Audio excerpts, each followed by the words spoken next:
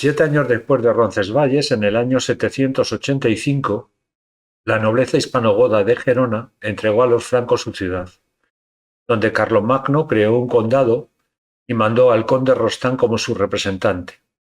3 años después corrieron la misma suerte Andorra y Urgel-Cerdaña. La respuesta del emirato no tardó en llegar y en el año 793 el emir Isán I envió una expedición a los condados catalanes aprovechando que Carlomagno estaba ocupado sofocando revueltas en la Galia. No tomaron dichos territorios, pero hicieron grandes estragos y consiguieron un buen botín de esclavos y bienes. Con lo cual Carlomagno aprendió la lección. Si quería mantener los núcleos políticos en la península, debía fortalecer sus defensas. La revancha de Carlomagno se produjo en el año 797 y ahora el que tenía problemas internos era el emirato.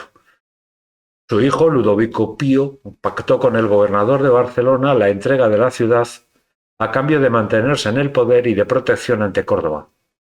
En la Asamblea General de los Francos de 798 se decidió realizar una expedición para la toma de Barcelona. Para ello se formó un gran ejército al mando de Ludovico Pío, ya que no se fiaban de la palabra dada por el gobernador, recordando la mala jugada que le hizo el gobernador de Zaragoza cuando no dejó entrar a sus tropas en la ciudad. En el año 799 se creó el condado de Osona mediante pactos y se envió una columna al mando del conde Vera, hijo de Guillermo de Tolosa, para tomar la ciudad de Barcelona. El asedio a la ciudad se prolongó durante 2 años. El motivo fue que el gobernador, como se sospechaba por parte de los francos, se retractó del pacto firmado con ellos y volvió a la obediencia del emirato. A pesar del envío de tropas musulmanas a la ayuda de Barcelona, la ciudad no pudo resistir y se rindió a los francos en el año 801, a cambio de un supuesto régimen de autonomía y del reconocimiento y derecho a sus peculiaridades culturales. Así nació el Condado de Barcelona, donde Carlomagno nombró como su representante al conde Vera y trasladó la guarnición franca de Gerona a Barcelona, ya que era la más próxima geográficamente a las líneas andalusí. El conde Vera era partidario de la paz con los musulmanes, pero tuvo que participar en expediciones francas. Para estos, la toma de Barcelona no era el objetivo final, sino un paso intermedio para la conquista completa de la Marca Superior. Así en el 808 tomaron Tarragona y en el 811 Tortosa.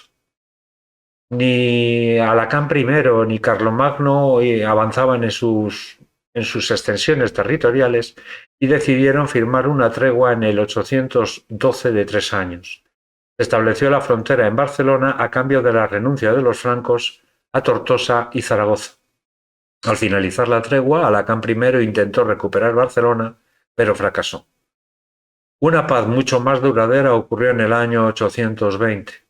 Los francos perdieron su influencia en los valles del Pirineo aragonés, excepto en Ribagorza y Navarra.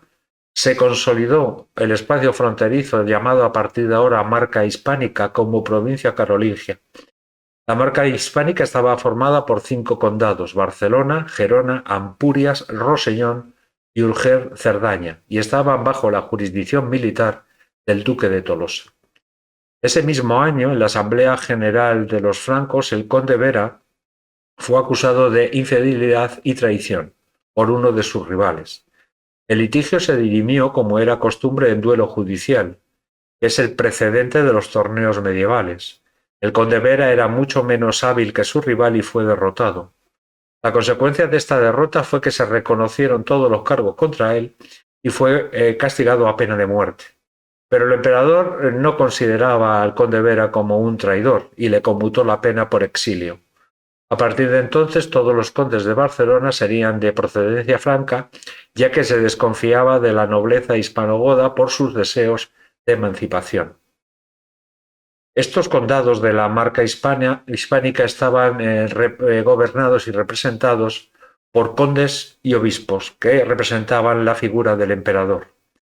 Los condes tenían bajo su responsabilidad el orden público, la justicia y el fisco.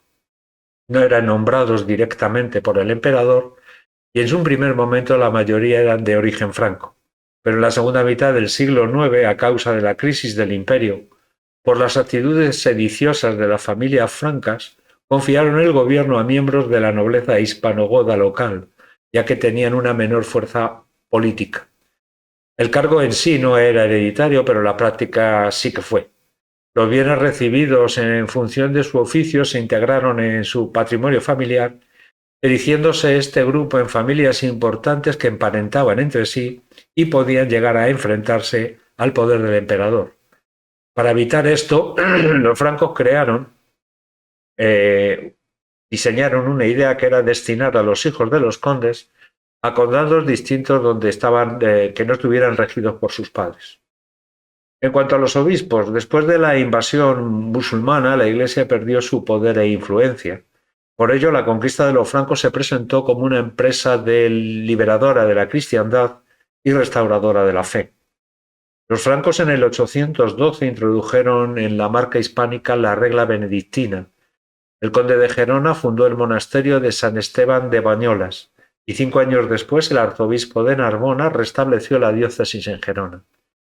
Para que prevaleciera la regla benedictina sobre las demás, los reyes francos les otorgaron inmunidad y bienes patrimoniales. Los obispos, además de administrar los asuntos espirituales de sus diócesis y de vivir de los tributos recogidos en sus iglesias, administraban las tierras privadas y los bienes y derechos fiscales donados a la sede tanto por los reyes como por la generosidad de sus fieles.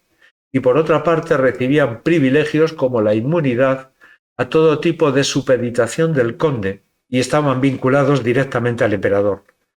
Por tanto, los obispos eran gobernantes directos de sus habitantes, haciendo labores de justicia y reclutando tropas en caso de que fuera necesario.